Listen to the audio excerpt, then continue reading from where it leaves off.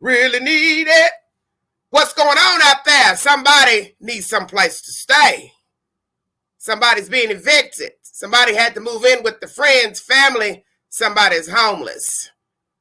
For the love of the rent money. That's the topic of this live this afternoon in the High 10. I'm going to bring you commentary about a man who couldn't afford his rent out in Seattle, Washington, and he ended up living inside of his office cubicle. Thank you for joining me, baby. The dream is real. Everyday shenanigans. Thanks for joining me. I'm going to go ahead and get started with the commentary. Sit on back and relax. It's a dreary day in the High 10. Rainy, but the Queen's upbeat nonetheless. Thank you for following the content. Amen. Going to bring you some stats, bring you some video, audio of what's going on in America, the rent crisis right now. As most of you know, items have gone up in the stores, gas has gone up, people are struggling. God help us all. Thank you for joining me. And I want to thank Willie Wilson of Chicago for handing out $250,000 worth of free gas. Amen. Please check out the commentary on my community post. Some people were a little bit irate because it was traffic jams for people trying to line up to get gas. But nonetheless, he was kind to hand out the gas. Amen. God is good.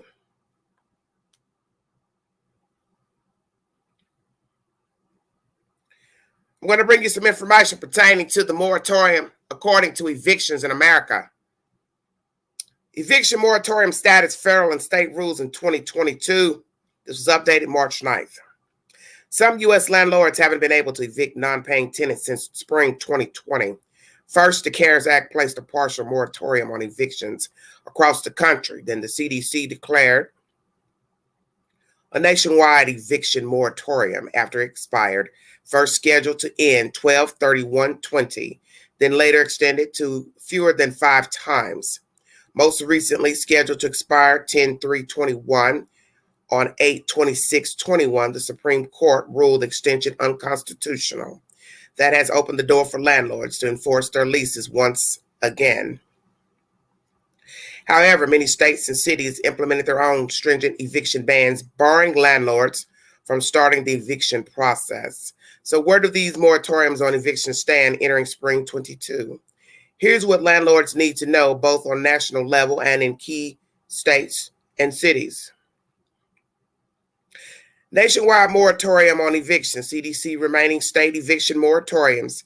Overview: California eviction moratorium, Los Angeles eviction moratorium, San Francisco, Connecticut, Minnesota, New Jersey, New Mexico, New York, Washington State, Seattle, Washington, D.C., policies around the country, Nevada, Texas.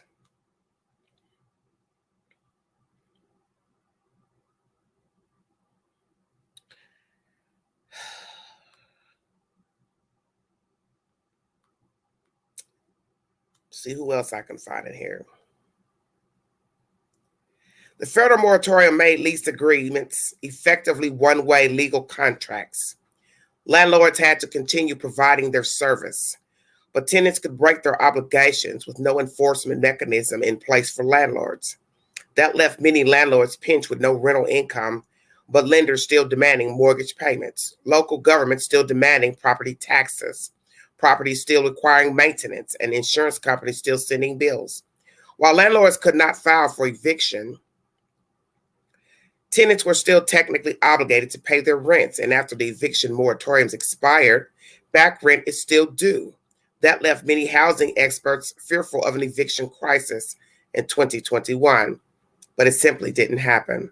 The American Rescue Plan and other federal initiatives include $47 billion in additional funding for emergency rent relief programs, which have rolled out slowly with much confusion. It also extends unemployment benefits, a boon for legitimately unemployed tenants struggling to make rent payments. Beyond the federal moratorium on evictions, many states and individual cities have put their own eviction bans in place. Consider the following a quick summary of the largest eviction moratoriums in place on the state and city levels that local landlords need to understand before breaching them unwittingly. As a quick reference guide, here are the remaining states that impose an eviction moratorium of some sort or another as of 1/14/2022. Connecticut. Landlords can't file for eviction unless they've applied for federal rental assistance. Massachusetts. Landlords can't evict tenants if they have a pending application in for rent assistance through April 22. Minnesota. Landlords cannot evict tenants with pending COVID-19 rental assistance applications. The moratorium is scheduled to end in June 1st, 2022. Nevada. Landlords can't evict tenants if they have a pending application for rent assistance. New Jersey. Landlords cannot file to evict most delinquent tenants, but not those earning 120% of the county's median income who owe rents between March 1st, 2020 and August 31st, 2021. New Mexico. Tenants can't pause eviction for non-payment of rent if they can prove they are unable to pay it. Tenants can pause eviction, for non-payment of rent if they can prove they are unable. That's New Mexico. New York. Eviction moratorium expired 1/15/22 for tenants who have endured a COVID-related setback or for whom moving could pose a health risk. Landlords also can't evict tenants if they have a pending application in for rent assistance. Oregon. Landlords can't evict tenants if they apply for rent assistance between now and 6/30/22. Those tenants have a safe harbor from eviction until 9/30/22 or until their application is canceled or denied. Washington, D.C. The phase out of the eviction moratorium ended on 2/22/22, and landlords can start filing for evictions again. Below are more details about select states and cities. California eviction moratorium. The statewide California eviction moratorium ended on September 30th, 2021. It concluded $5 billion in federal rental assistance to landlords and tenants, although that aid was slow to reach renters and landlords. Los Angeles eviction moratorium. The Los Angeles County temporary eviction moratorium went into effect March 4th, 2020 through June 30th, 2021. The Board of Supervisors extended its coronavirus eviction moratorium through the end of September 21, then again through December 2022. This is why I don't invest in such anti-landlord cities, the person wrote, okay? San Francisco eviction moratorium. Surprising no one, San Francisco enacted its own additional eviction bans on top of the California state moratorium. The city moratorium blocks most evictions through March 31st, 2022. In order to evict a tenant before March 31st, 2022, due to non-payment of rent, the landlord must prove that they applied for government rental assistance, but none was approved or received for the amount owed, and that no applications are pending for such rental assistance, whether filed by the landlord or tenant. See the San Francisco Rent Board for details. Connecticut eviction moratorium. Landlords in Connecticut must currently give tenants a 30-day rather than a 3-day appeal period before filing for eviction.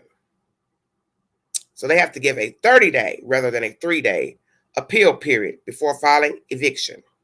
Further, they can't file for eviction unless they file for federal assistance through the Unite Connecticut portal. For more details, see Governor Ned Lamont's executive order rules. Minnesota. As of October 12, 2021, Minnesota landlords can't currently evict tenants who have pending COVID-19 rental assistance applications. These protections are scheduled to end June 1st, 2022. For more information, contact the Minnesota Housing Rent Help MN website. New Jersey's eviction ban for lower income renters ended 12/31/21. Renters earning 120% of the county's median income remain exempt from the eviction for missing rents between March 1st, 2020 and August 31st, 2021. New Mexico's eviction moratorium remains in place as of March 2022. However, the state is launching a program to funnel federal rent relief money to landlords and says they'll have enough to catch up all delinquent tenants and pay for the next 3 months' rent. After that, landlords can file eviction normally if their tenants fail to make their rent payment. The COVID-19 Emergency Eviction and Foreclosure Prevention Act expired on 15/22 for New York after having been extended several times. New York's Office of Temporary Disability Assistance reopened the application portal for rent relief in early January, and landlords cannot file evictions while tenant applications are pending. Considering that New York ran out of money to fund rent relief for landlords, it sounds like an eviction moratorium by another name. Former Governor Andrew Cuomo also issued executive orders banning late fees and requiring landlords to allow tenants to use their security deposit toward rent. That leaves landlords completely unprotected in the case of tenant damage to their units. The law does add some minor protections for landlords against foreclosure, but landlords still need to pay their outstanding mortgage balances, and the late payments still ruin their credit history. While New York City eviction cases have technically resumed since then, tenants can halt their eviction by filing a hardship declaration. In other words, New York City landlords shouldn't expect smooth evictions. Oregon, landlords cannot initiate eviction proceedings if their tenant has applied for rental assistance. This rule remains effective June 30th, 2022. Further, landlords cannot file for eviction for at least 60 days after tenants notify them of their application for rent assistance. In Multnomah County, the delay is 90 days. Washington State's eviction moratorium expired October 31st, 2021. Seattle Mayor Jenny Durkan had previously extended the city's own eviction ban several times on top of state federal moratoriums. Seattle's eviction ban ended February 28, 2022, per Mayor Bruce Harrell. That is the sad information. And let me read you a little bit about, Lord, there's so many things. Washington, D.C., as of October 12, 21, landlords may start filing for eviction for non-payment of rent under the following circumstances. The tenant owes more than $600.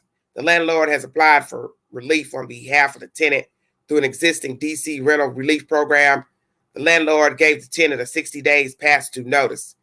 As of January 1st, 2022, landlords can resume eviction filings normally. However, some protections remain in place to February 22, 2022.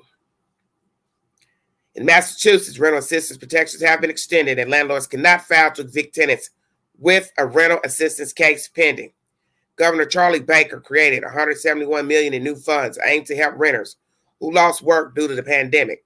Rather than shifting the financial burden entirely on landlords, the state provided assistance to these renter households, keeping rents and landlord mortgage payments flowing. Well, that was great.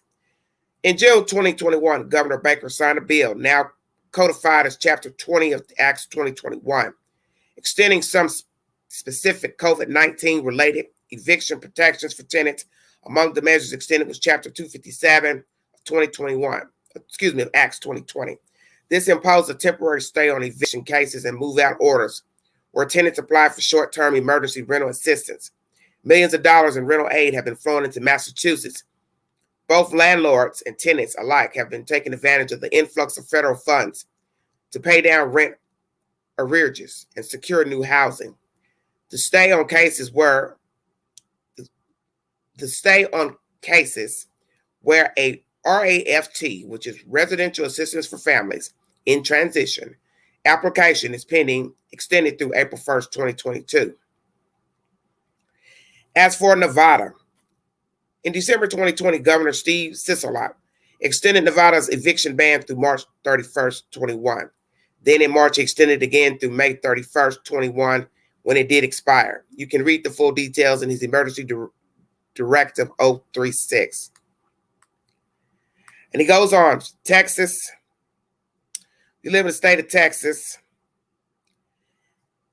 It did not impose a statewide moratorium on evictions. Instead, Texas offers a solution that protects both parties, a rental assistance program.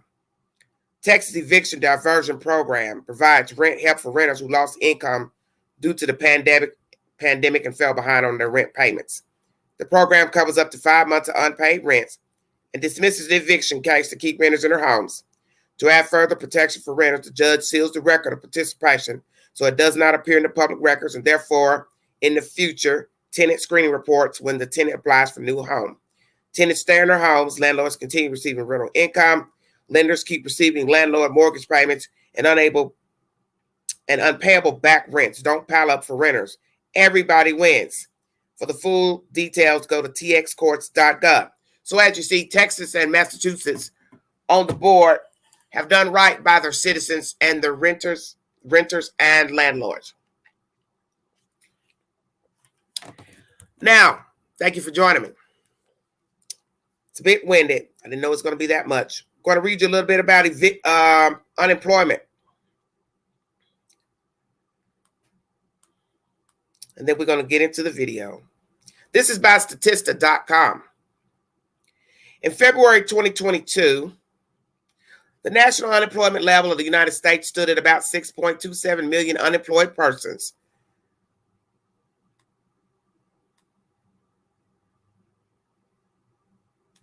That's a lot of people.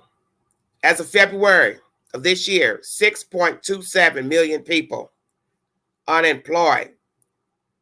It was up in January at 6.51, 6.32 in December, 6.8 in November. Then it goes down, 6.8 November was up. October, 7.38. September, 7.67. So October was 7.38. September, 7.67. August, 8.34. July, 8.7. Very high in June of last year, 9.48. And then it went back down in May, 9.32. Jumped way up to 9.81 in April. Last April. 9.71 in March. And this time last year, around February, it was a very high 9.99. So at the current moment, as of February 2022, and this was uploaded March 7th of this year, we have 6.27 million unemployed persons in America. Statista.com is the source. Thank you for joining me. If you'd like to donate to the channel, $Big Angie, 129 Cash App. All super chat to welcome during the live.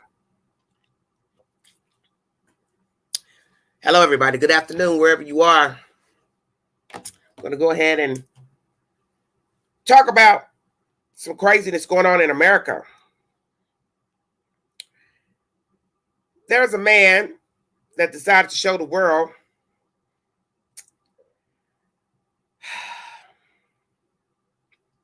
he was sleeping in his cubicle. When I first saw this, I couldn't believe it. I said, there's no way this is true. No way this is true. Yes, it is.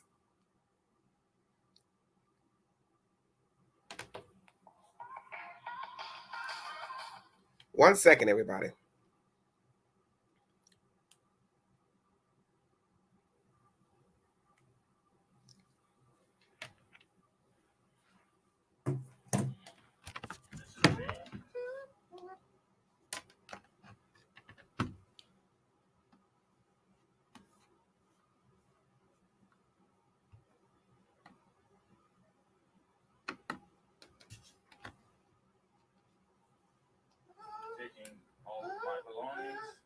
From multiple bags and unpacking them. I'm moving from my apartment into my cubicle at work. They do not pay me enough to do both, so as a matter of protest, I am just going to live at my job, and we'll see how long I can get away with this. That's right, he moved into his job. What you just saw was funny but odd, yet sobering. A look at what many in this country are dealing with. A Seattle man is gaining lots of attention after moving into his cubicle at work to live there. He tells me he could no longer afford rent, and this seemed like a no-brainer. There was a couple factors that came in, like at the same time. My lease was ending, and the lease was ending. My rent was going up, and none of the places that I applied to had approved me, and they were too expensive in the first place. I also recently discovered that my company had an office in downtown Seattle, which to me was the perfect location. Theoretically, if I lived there, I could, just go right to the bars, and I don't have to do that $50 Uber at the end of the night. And then when I did have a conversation with my management about doing a performance review, doing a raise at the beginning of last week when all this stuff happened. And they weren't, they kind of brushed it off. And at that point I was like, well, I don't have any other options, because it was like Monday, something had to happen, and Tuesday my lease was ending. So when I had that conversation right after that, I was like, well, we're grabbing the suitcases. And you moved into your cubicle. We moved in. What did people say when they saw you moving in, or did you do it after hours? It was after hours, but the other part about it is that office is basically empty because of COVID. So the most amount of people that I ever saw in that office was 3, and the normal amount there was one lady that came in 4 days a week. So it was really only me and one lady, and maybe there's a cleaning lady there one night. And did any of them do a double take, like, what the hell is going on here? No, because the one lady that came in every day, she stayed, the office isn't this like U shape. So she never came to the other side of the office. She stayed in her little area, and whenever I passed by, we had a quick conversation. We talked in the lunchroom. She never actually came to see my workspace. And so how long were you able to stay there before the company evicted you? Evicted is 4 days. Is that a strong word? It is. It is, but that's what happened for all intents and purposes. That's what happened. It was 4 days and 3 nights. Well, that's some time there. Were you able, or are you able to find a new place as of yet, or are you still looking? What? Yeah, actually, the ironic part was like the day that they sent like that final letter. One of those apartment places that called. But yeah, right now I'm just in an Airbnb in close to where my original apartment was. But while it's all funny on TikTok, it is a serious issue when people are not being paid a livable wage. And you're in Seattle, Washington, right? Yes. Pretty expensive there. Ever thought about leaving, moving somewhere else? Yeah, that was the biggest thing for me. When I was having those conversations with the management, I was telling them, I mean, either we can work out something wage-wise here, or, I mean, the company that I was working for, it's a multinational corporation all over the country. I'm like, you can move me with my same salary. When I started this whole thing, I was living in West Virginia, just working remotely. I can live with my salary in West Virginia just fine. I can't live in New York, LA, Sacramento, or Seattle with that same salary. So it's to me, I think companies really have to pay attention to the cost of living, especially now with, we see gas prices, rents are going up across the board. Basically, everything is more expensive. And while everything is more expensive, salaries haven't risen. This story could be, an eye-opening thing to a lot of companies, like start having conversations with those workers. Because I think in the end, this could have ended a completely different way. Like if HR had just sent somebody down to the cubicle and said, hey, we saw these videos. Some of them were kind of funny, but what's actually going on here? And is that the way they found out from your TikTok account? Oh, 100%. They were I posted the videos on Tuesday. They found out from talking with people, they had known about it on Wednesday, and they had been deciding how to address it. And then Thursday was when they contacted me. Now, do you think your job will be in jeopardy because of this? Oh, I do not work there anymore. Oh, you left. So did you quit, or did they terminate you? What happened? I decided to not quit. I decided to just let them terminate me. Well, Simon, we wish you the best. Hopefully you find another gig. Have you found one yet? Yeah, I've been doing some interviews, and I have my own little stuff going. I have lots of people on the TikTok were interested in the clothes that I was making, all the wild rompers. So I'm moving forward with that, and I've already interviewed with a couple companies. So I'm not starving. I have at least 3 months of between that last paycheck and some of the donations from the generous people on the internet. I should be fine for the next 3 months, and we'll see what happens. All right, sir. Well, we appreciate your time and we wish you the best.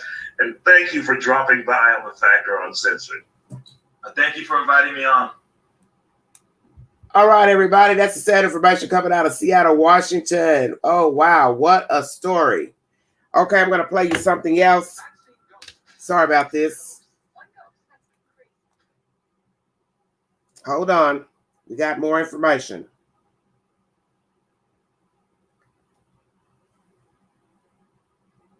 Residents are pushing back. It's a story we've been telling you about in our ongoing series, The Price of Paradise. Tonight, ABC Action News reporter Rebecca Petit is talking with renters who say they've had enough and they're taking their fight for rent control straight to City Hall. I am temporarily staying with family. All of Robert Wood's belongings are currently in a storage unit after a rent increase forced him out of his Tampa apartment. Everyone was forced out because the rent increased anywhere from $500 to $700. He tells me rate hikes have left many working people like himself without a home. I've met and talked with a lot of people who are displaced. Woods joined dozens of renters at Tampa City Hall today wearing red, symbolizing the housing crisis and urging council members to take action to stabilize rent. There is a crisis, there's no doubt about that. When I go to the McDonald's and Burger Kings in the morning, I see mothers taking their kids, washing them up in the McDonald's bathroom. City Council is considering the idea of rent control, studying ordinances in other parts of the country. The assistant city attorney warning rent control could lead to lawsuits because of a restrictive state law from the 1970s. No jurisdiction in Florida has enacted a rent control ordinance. So we have no guidance as to how those requirements would be interpreted by a court. Still, residents tell me the city needs to find a solution now, whether it's rent control or more affordable housing. Tampa has the highest rent increases in the entire state of Florida and one of the highest in the country. People can't keep a roof over their head. In Tampa, Rebecca Petit, ABC Action News. All right, everybody. Many residents. That's the sad information coming out of Tampa. Very baffling information. I'm going to play another video pertaining to this. This is out of Collier County.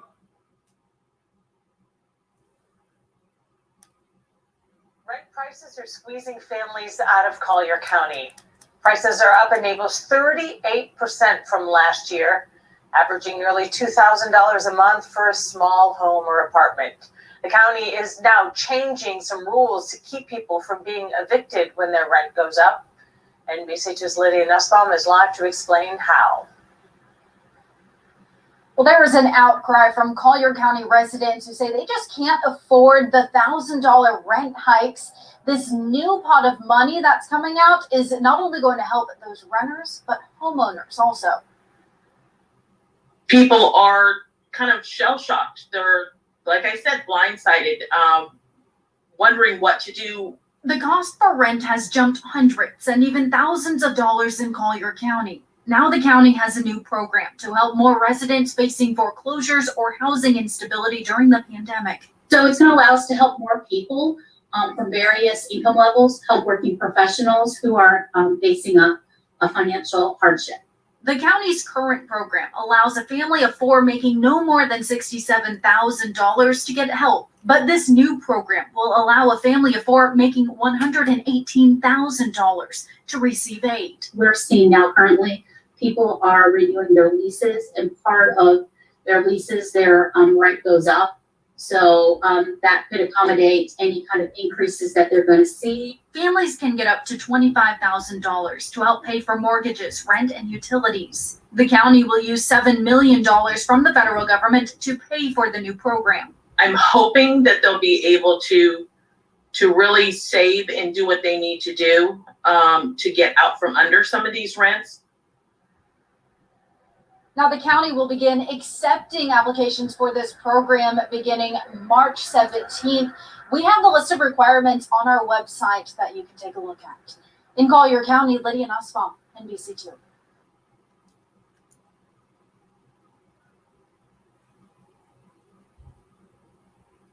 right, everybody. Great news coming out of Chicago, Illinois. Amen. Amen.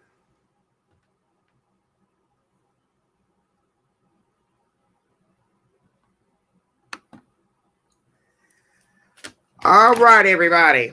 Thanks for joining me. So, thank you, Dr. Willie Wilson, for offering the gas in the Humboldt Park community in Chicago. God is good. Sorry for those who had to wait in long lines to get to work, wherever you had to go. But there's always going to be some type of negativity that comes with giving away something free or doing something kind for the community.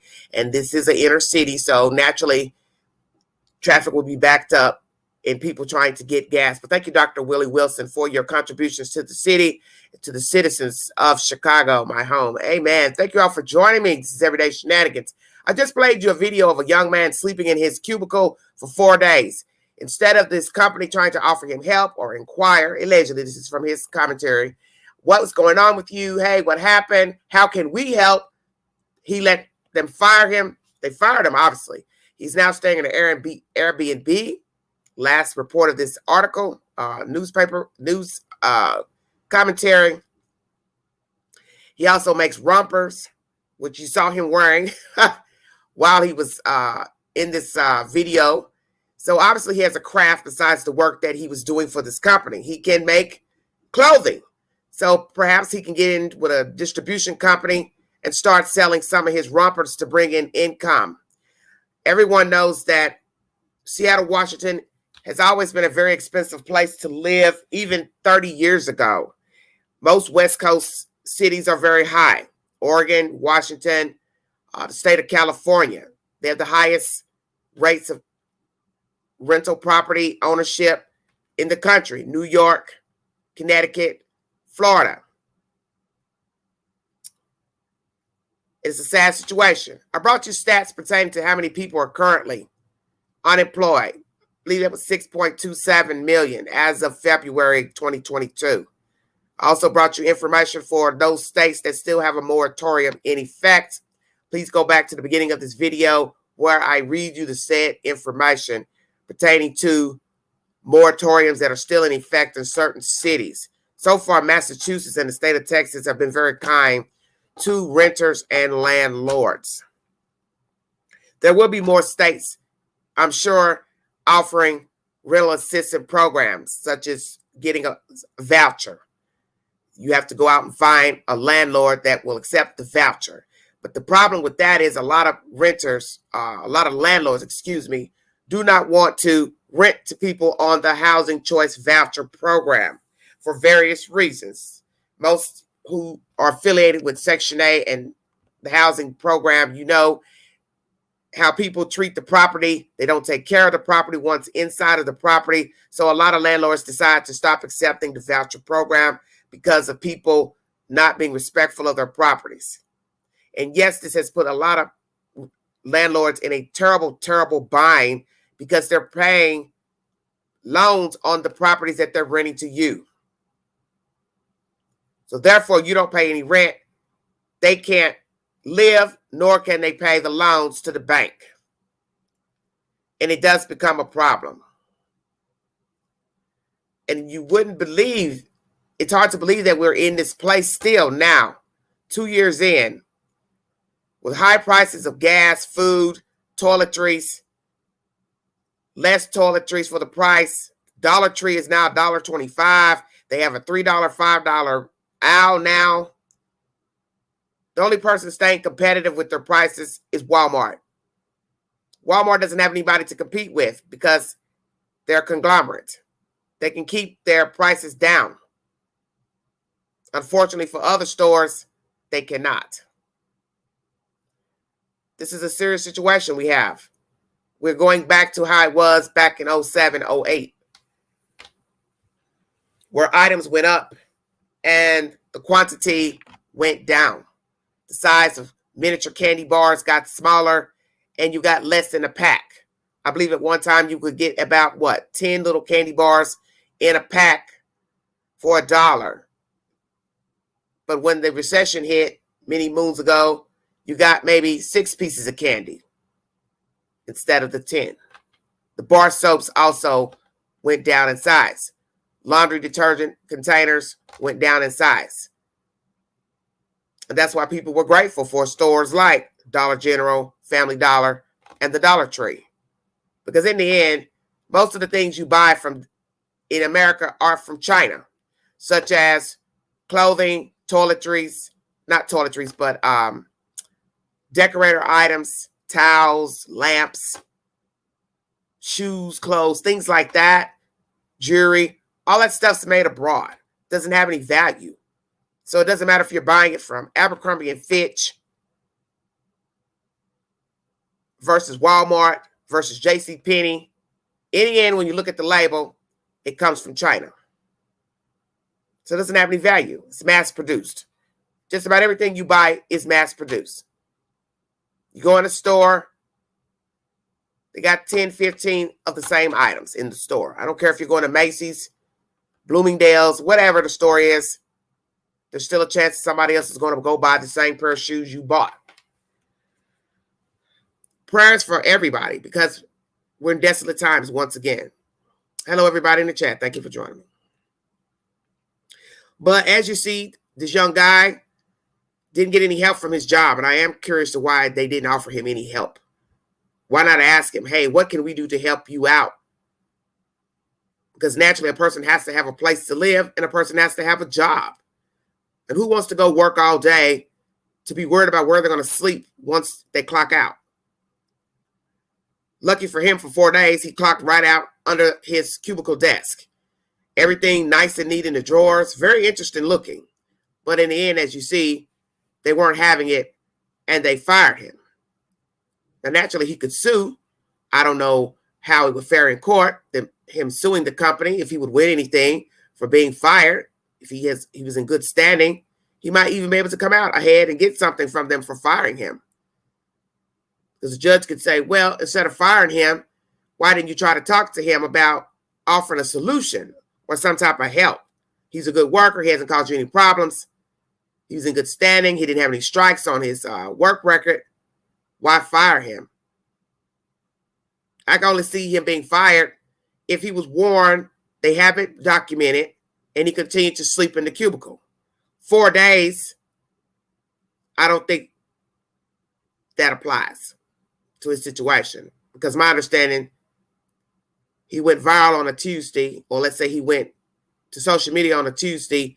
He heard they got wind of it on Wednesday and got a notice by Thursday, or confronted on a Thursday.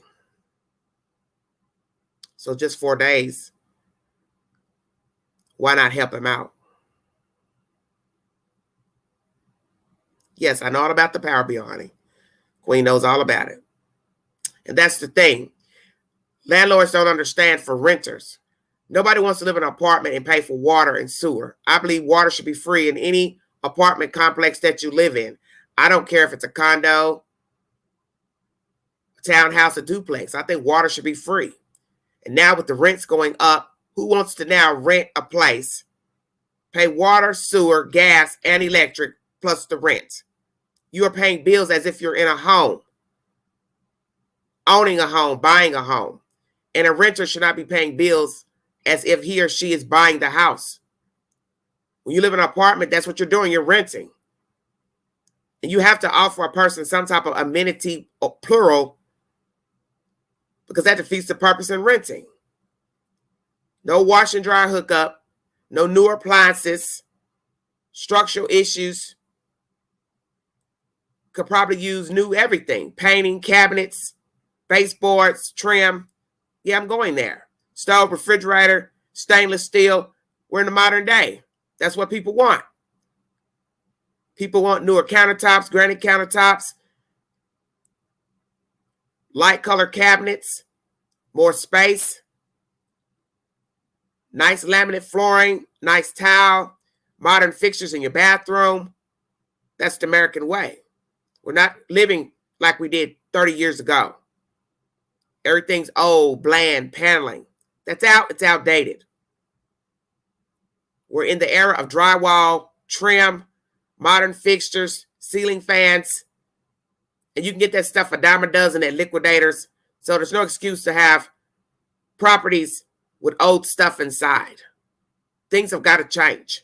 And that's what's wrong with a lot of people. They want the money, but they don't want to repair anything. They don't want to offer you newer things, amenities for the price. I'm facing that issue right now. And I just feel like all I can do is pray about it. But what I'm not going to do is go broke to make somebody else rich. My mindset isn't like that. Some people will do whatever, but in the end, you're losing. Because if you're putting out more money than what you're bringing in just to keep a place to live, then you're not winning. The owner is winning. You're losing. And I'm not getting ready to make another person rich off my blood, sweat, and tears. I've got to be able to eat, travel, leisure, and I can't do that if I'm giving you all my money for a place that's not up to par, as my daddy would say.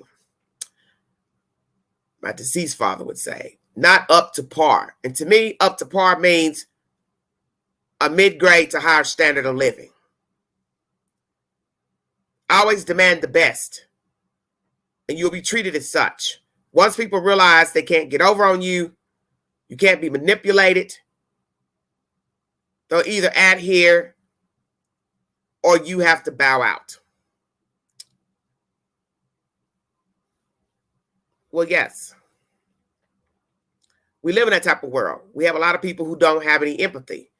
So therefore, people can identify with you when you're struggling mentally, physically, health-wise.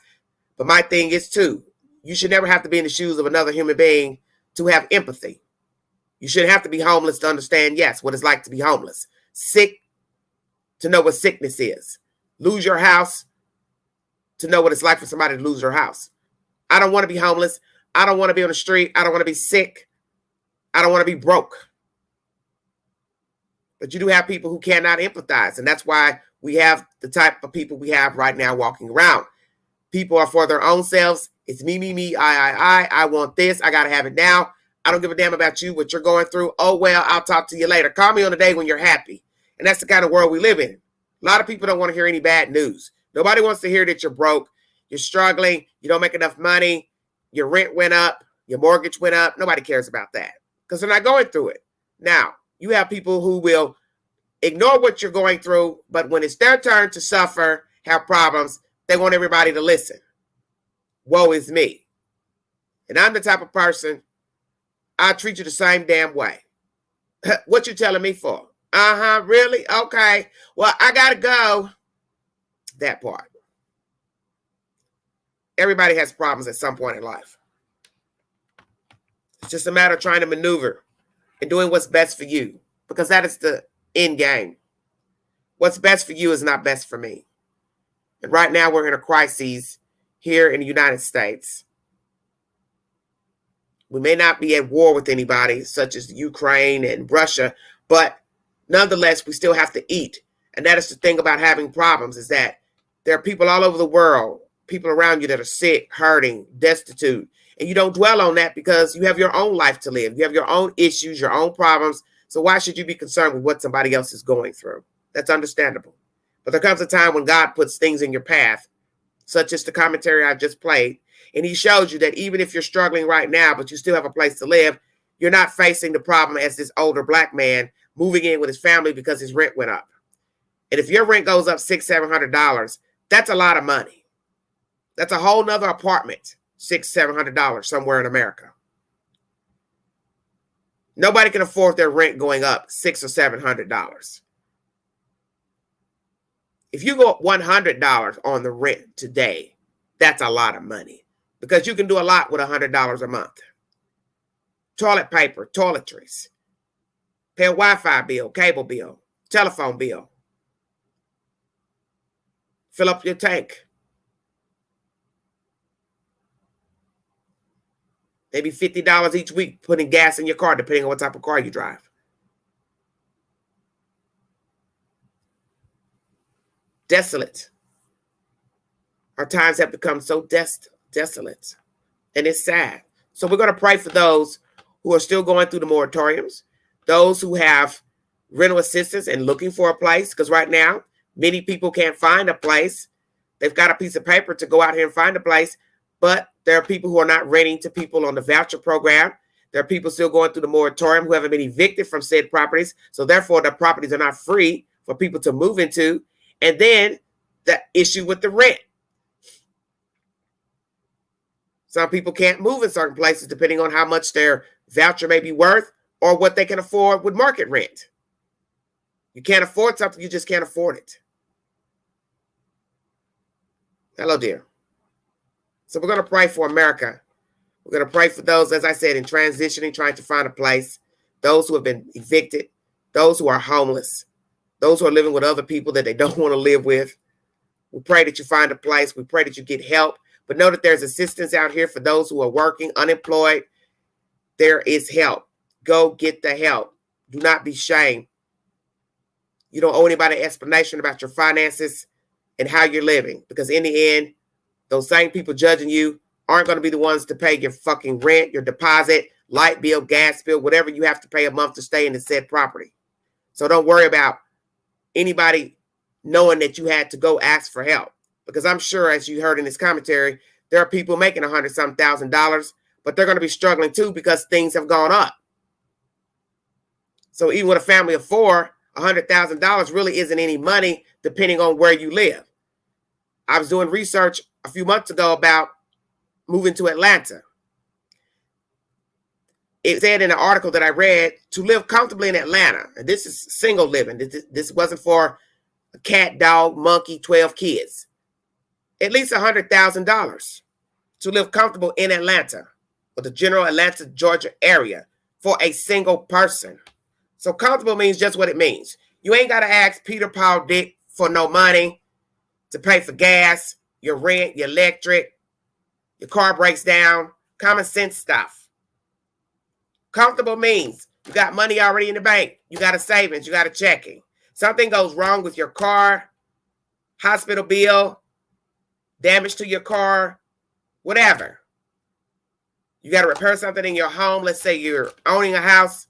You can go comfortably and call exterminator, electrician, plumber. You see where I'm going. That's comfortable. You can go in your bank account and pull out money when something arises.